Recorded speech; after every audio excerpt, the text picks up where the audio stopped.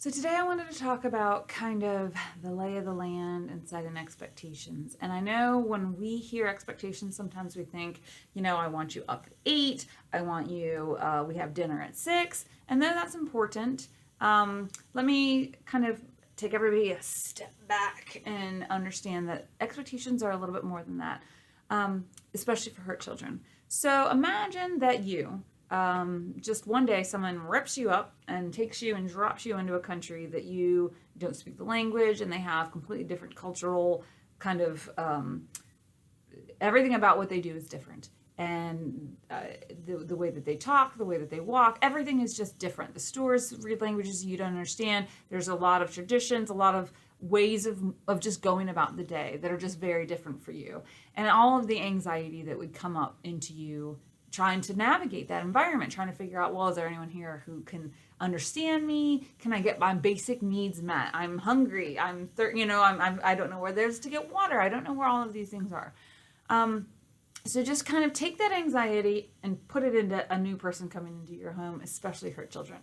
And whenever I talk about this with new parents, they often feel like those are that's apples and oranges, because it is a very, I hate to use the word privilege these days because it carries so much connotation, but there's so much of our own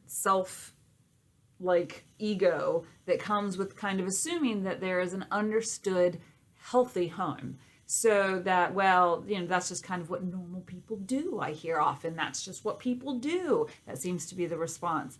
As if there's some sort of expectation that the kid somehow is supposed to understand this, and that's just kind of a worldly thing. And by the way that you have it in your home is the way to go. And this is not a hit on parents, but just kind of take a step back and remember that what you consider to be the normal way of doing things is not necessarily the normal way of doing things for the people that come into your home. So setting expectations is kind of key. Things as easy as, how much easier would it be? Back to you, get dropped into this world that you don't know. Wouldn't it be great if somebody walked up to you and you said, hey, I know you're a little nervous, I know you're a little scared. You're with me, I'm gonna keep you safe. Let me kind of give you the tour. Over there is where you can find the bathrooms. Over here is where you go get water. Over here to get food. This is where you're going to be sleeping. This is how many people will be sleeping with you, or in the same room as you. Here is where you'll go tomorrow. This is what the day is going to look like. All of that guidance is very needed and necessary in order to allow people, anybody for that matter, to feel more at ease. There was this great trauma instructor out in Arizona, and he was talking about some of the work they were doing from a consultant standpoint to try to help businesses kind of get better at helping others. And one of the things that they did that made the biggest impact was giving people that were new to the organization, so new clients, instructions on things as easy as where they would park, what entrance they would come in, what they could expect when they get in the door. Just that action, just making sure that people knew what they could expect, eased tension and increased their client coming back rate, which is something that for everybody that does, it just means that the clients didn't abandon, they didn't drive up and go, oh my gosh, it's too much, and then they left and we never heard from them or whatever. This is exactly the same concept as you would want for your children in your home. And unfortunately, what ends up happening is things always tend to get very busy, where things are chaotic, especially for foster and adoptive families. Oftentimes you're not given a lot of notice before a child is brought into your home, so you're already kind of scrambling around trying to figure out, who's going to take Johnny to practice now that we're going to get this child in, and who's going to be home, and then we have to rearrange our school schedule or our work schedule just to make sure that this person is accommodated. And there's a lot that goes into having a new child in your home, but I would encourage everybody to kind of have your welcome packet, so to speak, available. And if you really want to do this right, try this on your friends and family that come to your home.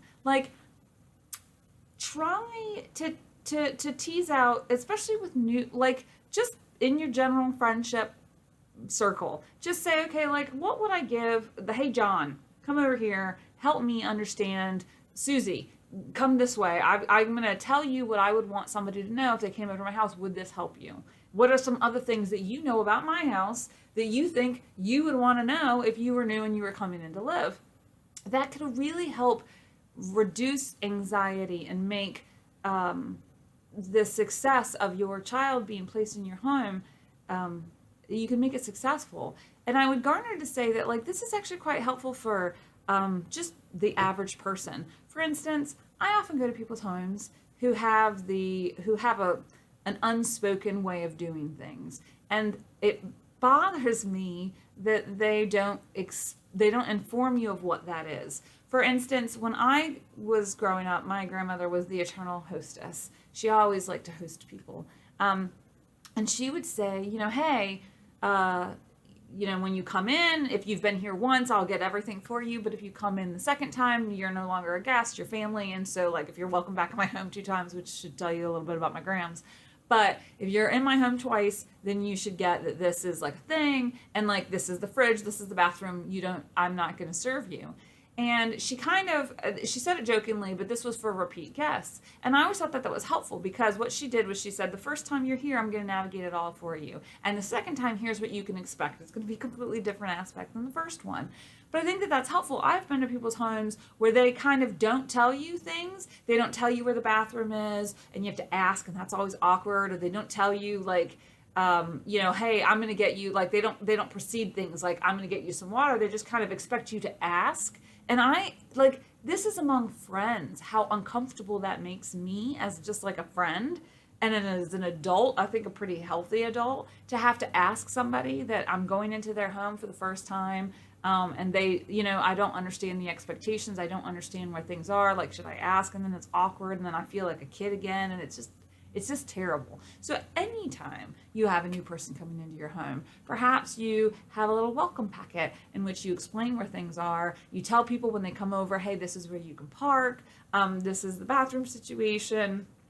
Hey, by the way, the ice is in here, cups are in here. I fully expect you to do it on your own. Or, hey, I'm going to get it for you this time because I know how uncomfortable it is being in people's houses. Can I get you any water? Can I get you any juice? Something to that effect. So hurt child in your home, anybody in your home for that matter, consider this as consider the welcome packet. I think it would really change the way you have first-time interactions, and I think from a friendship perspective, and I think it changes the way your friends may interact and actually feel more welcome and feel more connected to you, because they feel like you get where they're coming from, and there's not this expectation that your house is going to run or their house. You know what I mean? Like there's no ego there that says, listen, I'm going to run my house this way, and everybody, I just expect everybody to know this because this is how houses are run.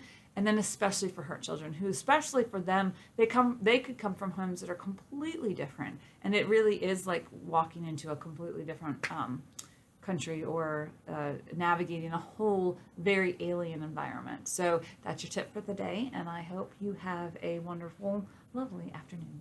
Thanks.